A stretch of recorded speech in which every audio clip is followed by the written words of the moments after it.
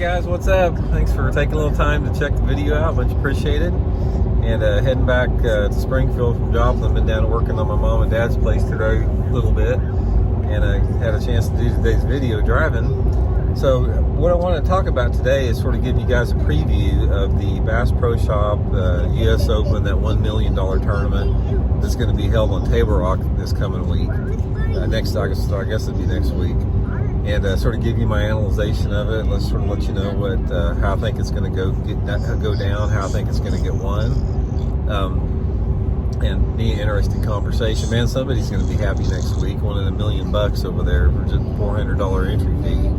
But yeah, this tournament was open basically to amateur anglers. Professionals weren't allowed on it. It's been going on all year long, the qualifying, and guys, they're going to have a tough time for them down in Table Rock next week. Table Rock fishing's pretty tough down there right now. The lake has gotten absolutely beat up and hammered all year long. It's taken a toll on it. You know, the fish have, every weekend they just got relentlessly hammered by tournaments, and especially the last couple months, Table Rock has just gotten slaughtered the last couple months from tournaments. All this is going to have an impact on it, and I've talked a little bit about this before, guys. Table Rock is not the lake it used to be. Table Rock at one time was an awesome, just a great lake. It's still a decent lake, but fishing pressure, overdevelopment, overuse, pollution, a lot of different factors have contributed to it going downhill, and all of it can be, prevented, but the powers that be don't want to do that. But the lake is not. It's not the same lake as it was 30, 40 years ago, and that's not because the lake is cycling from the cover, because, you still basically had the same amount of cover back then as you do now. The only difference is back then you had a lot of standing timber, now you've got a lot of submerged timber. Probably you even have more brush than you do, or planted brush now than you do back then, but that's a different topic. Regardless, this is going to be a pretty tough tournament overall for everybody. Simply because of the fishing pressure. There's going to be two major factors that determine who wins this tournament. Table Rock and any Ozark Lake this time of year is very, very weather dependent. When you're talking about wind conditions, light intensity, clouds, that type of stuff, it really dictates techniques that you can use that have potential to win tournaments. So, since the tournament is 5 or 6 days away, you don't really know until the day of the tournament with the weather, what's going to be the predominant technique. If you have a day, say for example next week they get a day that's rainy and nasty, 20-mile-an-hour winds, it's going to be completely different than if it's clear, sunny with not much wind, as far as how you need to fish to win that tournament. So, but overall, there's two factors in this tournament that are going to be the key to winning this tournament. Number one is dealing with the fishing pressure. This is a big tournament. I think there's over 250 boats in it. That's going to have a huge impact on how to fish to win this tournament. Along with that is going to be the weather that you have, like I talked about. And in my opinion, the fishing pressure, it sort of outweighs or equals the weather that we have coming in or don't have coming in, one of the two. So from those two standpoints, that's going to be the big determining factor. Here's the way I see it going down, and here's how I would fish the tournament if I was there to try to win it. This is basically a winner-take-all tournament. There's nothing to gain in this tournament by not going out and trying to put yourself around the winning type of fish. What are you doing back there? So, Elijah's really chatty back there. So anyway, if this tournament was like 20-boat tournament, it would be completely different how I would fish it versus a 250-boat tournament. If this was a 20-boat tournament or a 50-boat tournament, I would go out there and probably throw either an Alabama rig all day long, or maybe a big square bill crankbait or spinnerbait up the river, possibly a topwater, possibly a spinnerbait, that type of deal. I feel that those techniques have the biggest potential to produce the winning type fish.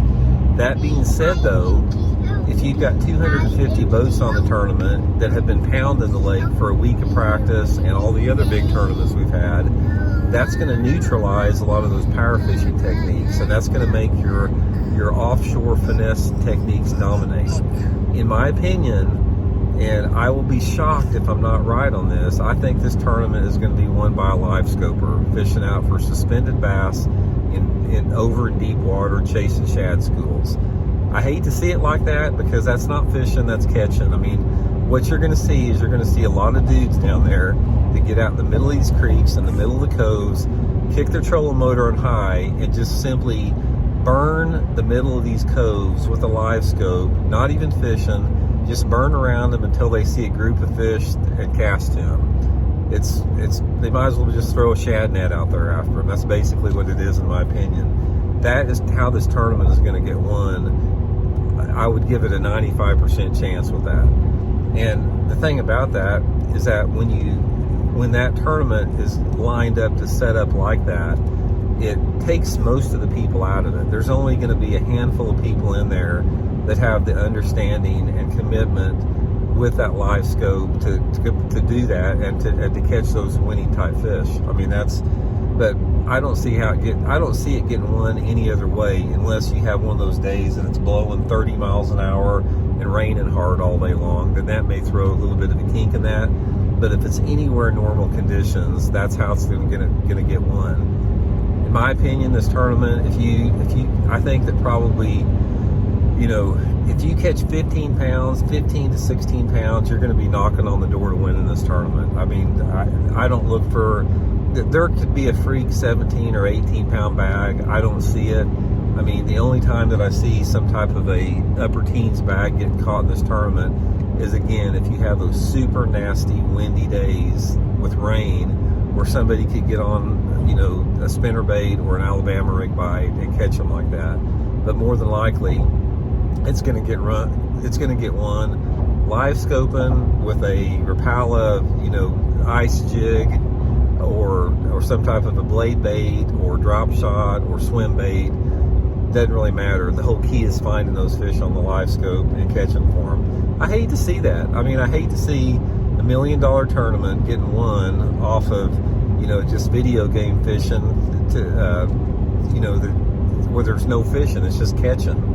I wish hopefully this tournament gets won on somebody that's actually fishing instead of just, riding around, looking at a live scope and not even taking their eyes off the screen until they see one. Hopefully I hope that's how this tournament's won. I hope somebody that wins $1 million does it old school way, fishing and not looking at a video screen, in my opinion. So that's how I think it's going to get won, guys. Like I said, it's a lot of different factors, contributing, but the reason I say it's going to get won like that is simply because of the fishing pressure and how much fishing pressure the lake has gotten over the year, how skittish the fish are, a lot of different factors to that. So we'll see if it unfolds the way I predicted. I'll do a report after the tournament to let you guys know if my prediction was correct or not. But all you guys out there at the Fish Table Rock Lake, I'd like to hear your guys' opinion too, if you guys agree with me or not.